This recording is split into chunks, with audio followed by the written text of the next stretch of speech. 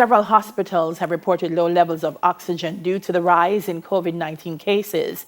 The Ministry of Health and Wellness says steps are being taken by Jamaica's main supplier of medical oxygen to increase its capacity.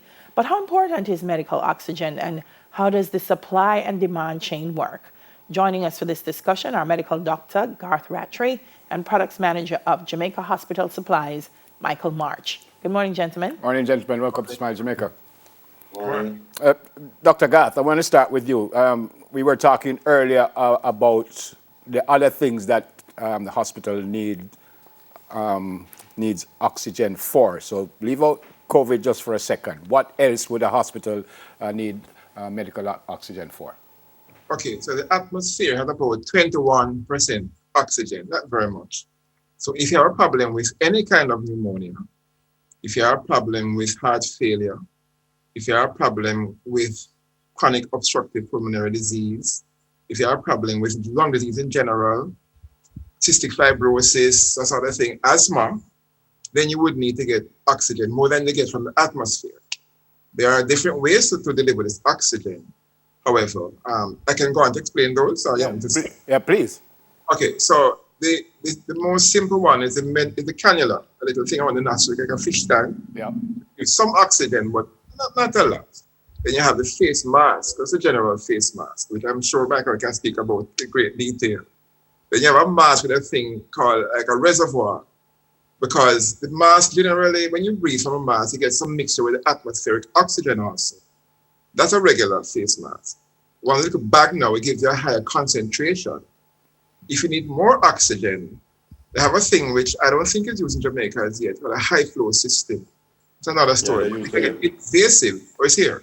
We put a tube down and then you get oxygen to, very great amount of oxygen. But, I want to make a plug for something here, a little off the beaten path that we're on this morning.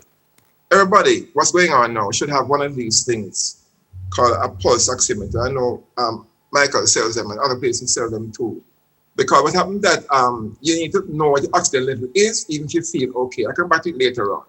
So there are many uses for medical oxygen aside from what's happening right now. I think most Americans know about asthma, but I want to say something. Most of the things you see asthma being used for that thing, like you say, being nebulized, it's not oxygen. It's only if they're really sick, they add oxygen to that.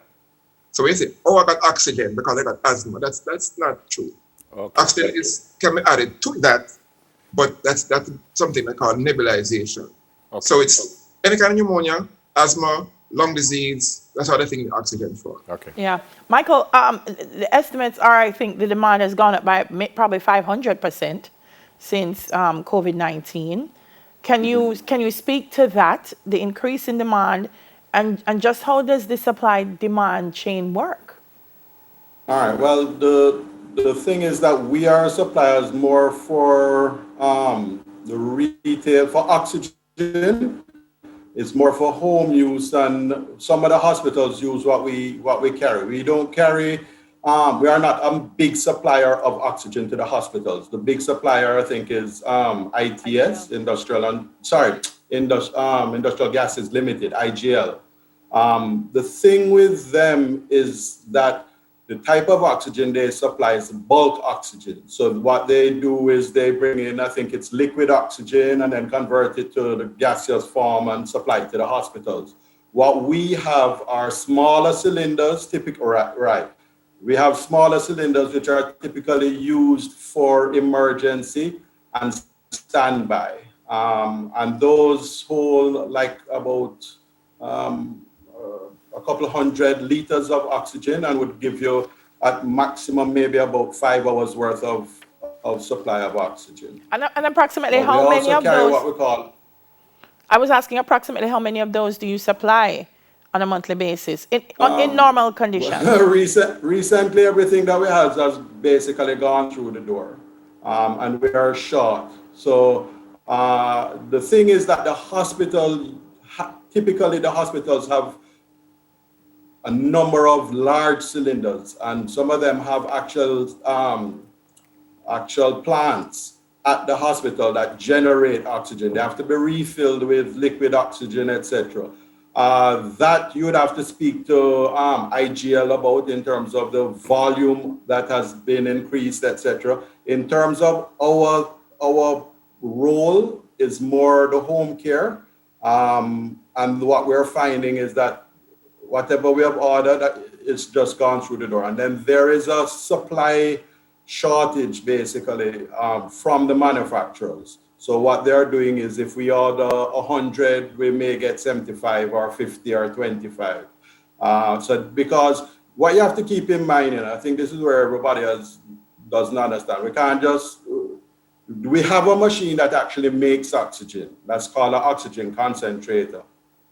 And we have those, and those have flown through the door and basically are finished. We both rent and sell them. Yeah, I'll give you a picture. I'll come back to that. But the situation is that, as Dr. Ratchu was pointing out, the hospitals for the COVID situation use far more oxygen. They have a device called a high flow oxygen unit, which supplies the patient with about 60 liters per minute, as opposed to a standard patient in a hospital on an everyday need for oxygen would be maybe 3 liters a minute. So you have gone from 3 liters to the need for 60 liters per minute.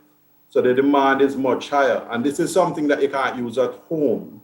So this is something that has been a hospital environment where you have large volumes of oxygen to drive the unit. That is what one of the devices that the hospitals here, they do have it and they are using it. We sell it and a number of other distributors do sell the product, but it's not a home device. What we're finding is a lot of people are phoning on advice of their doctors and advice of what they've read on the internet, etc. And they've gotten cylinders for themselves as a standby. They've gotten oxygen concentrators for themselves as a standby. Okay. And I have to jump in, Sir Michael, because I want to ask Dr. Garth a question. Dr. Garth, you've already outlined how important the medical oxygen is, and I don't want to trivialize it, but it is oxygen. Why is it difficult for us to have what we need? Well, like I said, out here is not enough for a low concentration. A fifth of the air, the nitrogen, oxygen, but we need to get it more concentrated, because remember, there is the lungs. If you could peel open the lungs piece by piece and spread it out, both lungs, occupy the space about a lawn tennis court. A lawn tennis court. You can understand, right? Wow. So it's when you fold it up, it looks. But problem is that when you're sick, then that interface gets messed up, and so you can't transport oxygen across into the bloodstream very well. I mean, COVID not come up right now, but the fact is that when you have especially pneumonia, and COVID is special because COVID gives you pneumonia, gives this thing called cytokine storm, you get tiny clots also. It's a mess. So the transport system is totally messed up. So you need to get more oxygen getting down to the system to get some through. It's what I mean, right? So you need a lot more oxygen you could get out of the atmosphere, especially in a thing like COVID pneumonia. All right. At this time, Doc, and Michael said it, some people are getting, I guess, personal oxygen and storing and so on. Is that a process that should be guided by a medical doctor? Like a medical doctor should say, well, yes, you can do it at home, and this is how it is to be administered. You can't just plug in oxygen and get oxygen.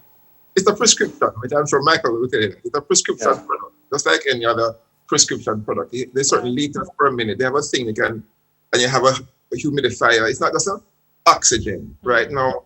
Just by the way, people have something called COPD. Right. If you give them too much oxygen, they'll shut down because they need to get the hypoxemic drive.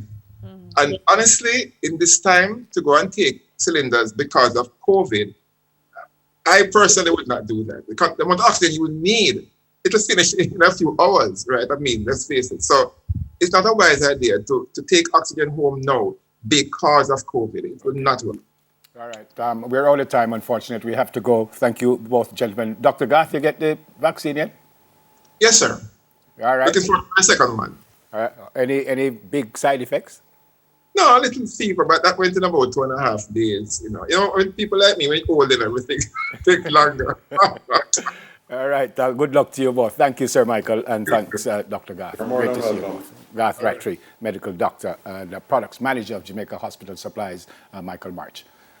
Coming up from Jamaica to the halls of ESPN, Alexis Nunes joins us to share her story. Soon come. Alexis!